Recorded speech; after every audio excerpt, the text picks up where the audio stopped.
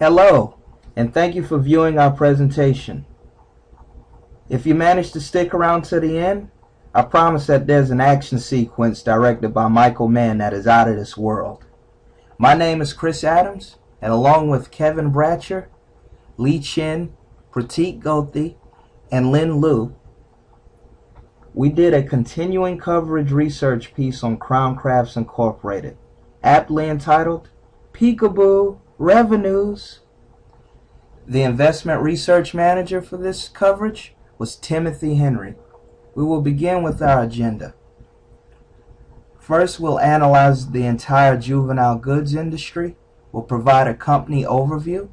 We'll do a stock price performance and target price. We will talk about Crown Crafts' debt-free capital structure, its increased profitability, the projected reversal of declining birth rates, acquisitions, diversification, and product development. We'll talk about Crown Crafts' high dependence on mass retailers, competition, risks, and valuations. Barriers to entry. Barriers to enter the infant product market are low. This is a non-capital intensive business and does not need complicated technological support because the products can easily be brought from foreign suppliers. There are many players in the industry, both public and private. Most of the companies are private companies with revenues of less than $1 million, which makes this a highly saturated niche segment of the textile industry. Licensing agreements and patents are hurdles for new entrants because they not only cost more, but are also reputation based.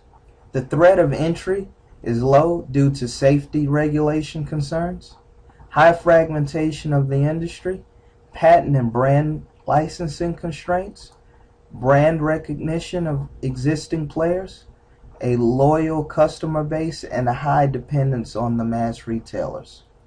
Suppliers do not have much bargaining power in the juvenile textile industry. The principal raw materials of infant products are cotton, polyester fabrics, and polyethylene. Crown Crafts, for example, maintains its relationships with its suppliers but retains the upper hand, which shields it against an undue increase in raw material costs by any individual supplier.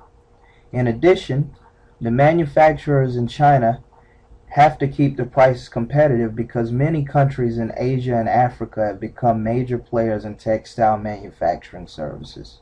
These factors give the companies like Crown Crafts an advantage over their suppliers. The bargaining power of individual buyers in the infant product market is significantly high.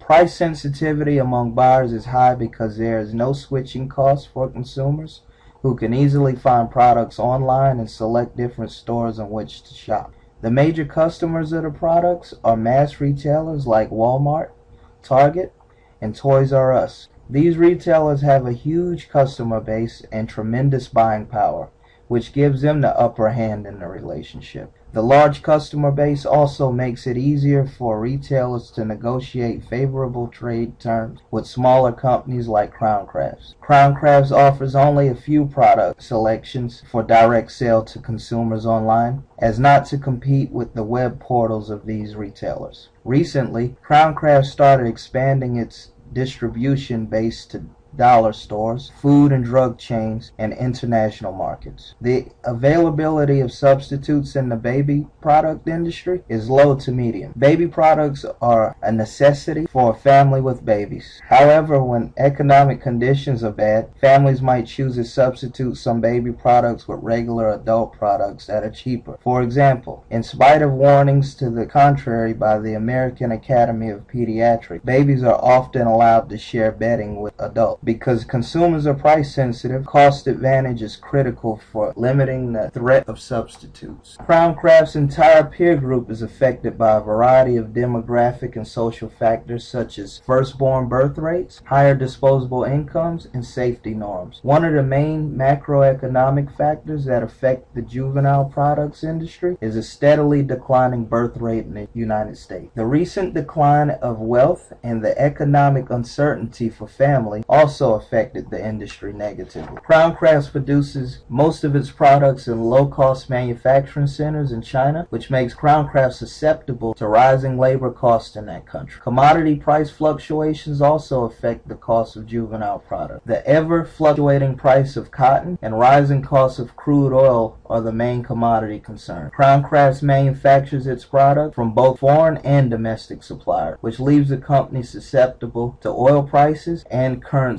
rate fluctuations. These commodities affect the transportation and raw material prices and can squeeze profit margins. Cost of goods sold make up a substantial part of revenue. It's above 70% in the case of Crown Crafts. Foreign labor costs, commodity prices, currency, and transportation costs are all key inputs to the production process. The industry business cycle is not heavily seasonal. The inventory management activities of companies such as Walmart, Target, and Toys R Us will be closely correlated with Crown Crafts' business cycle. The United States Consumer Product Safety Commission, or CPSC, is an independent agency of the United States government. The size of the crib and the fitting of the mattress used in it are some examples of what the CPSC regulates. In addition to those regulations, there are many other state and federal laws that are applicable to the industry, such as environmental, employee safety, health, and safety regulations and rules. Crown Crafts operates in two industries: textile